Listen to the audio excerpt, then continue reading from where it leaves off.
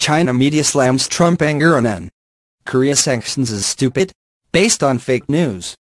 Diplomatic officials have dismissed Trump's accusations, while state media described his demeanor as stupid and provoking mockery and criticism. China on Friday indignantly denied U.S. President Donald Trump's reports it was illegally selling oil products to North Korea in violation of UN sanctions, with diplomatic officials describing the former reality television host as feeding hyped-up media reports, while state media described his demeanor as stupid and provoking mockery and criticism in China. China on Thursday blocked the U.S. effort at the United Nations to blacklist 6 foreign flagships, 5 of which were mainland China or Hong Kong owned, that Washington believes alleges were involved in illicit trade with North Korea, a UN Security Council diplomat said. Trump said on Twitter on Thursday that China had been caught red-handed allowing oil into North Korea, and that would prevent a friendly solution to the crisis over Pyongyang's development of nuclear-tipped missiles capable of hitting the United States. In a subsequent New York Times interview, Trump explicitly tied his administration's trade policy with China to cooperation in resolving the standoff with the Democratic People's Republic of Korea, as the North is officially known. Trump appeared upset as he complained that while Chinese leader Xi Jinping treated me better than anybody has ever been treated in the history of China, the alleged shipments could mean he would be forced to do what I've always said I want to do, a vague threat that could hint at a move to launch a trade war on China. Oil is going into North Korea. That wasn't my deal. Ma Xinyu, an advisor to trade officials in China, told state-owned Chinese newspaper Global Times that Trump's attempts to link the two issues was absurd and truly laughable.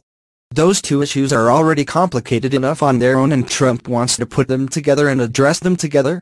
I really don't know what to say except that it's a really stupid decision, Ma added.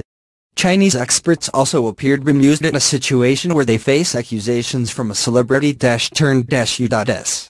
commander-in-chief who makes accusations based on an unlikely information source. The Morning News specifically reports on Fox News Channel.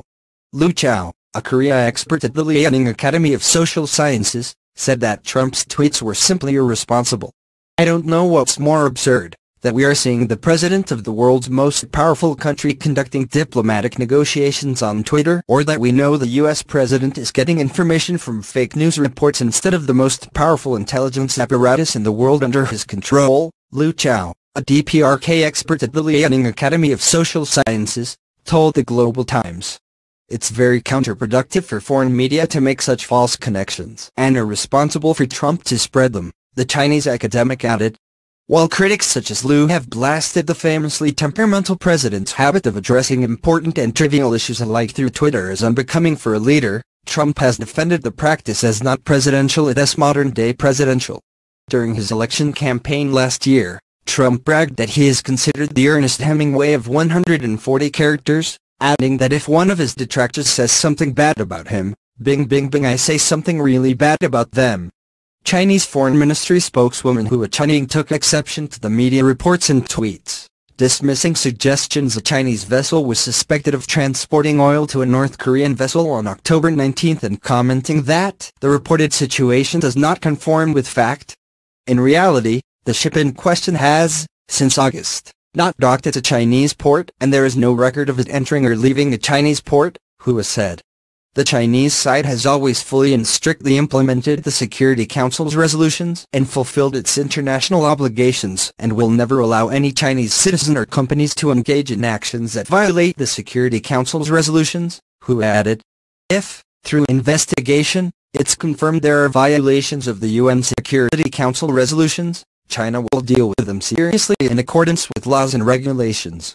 The Trump administration has led the drive to step up global sanctions on Pyongyang, and the UN Security Council last week unanimously imposed new sanctions in response to Pyongyang's November 29 test of an intercontinental ballistic missile (ICBM).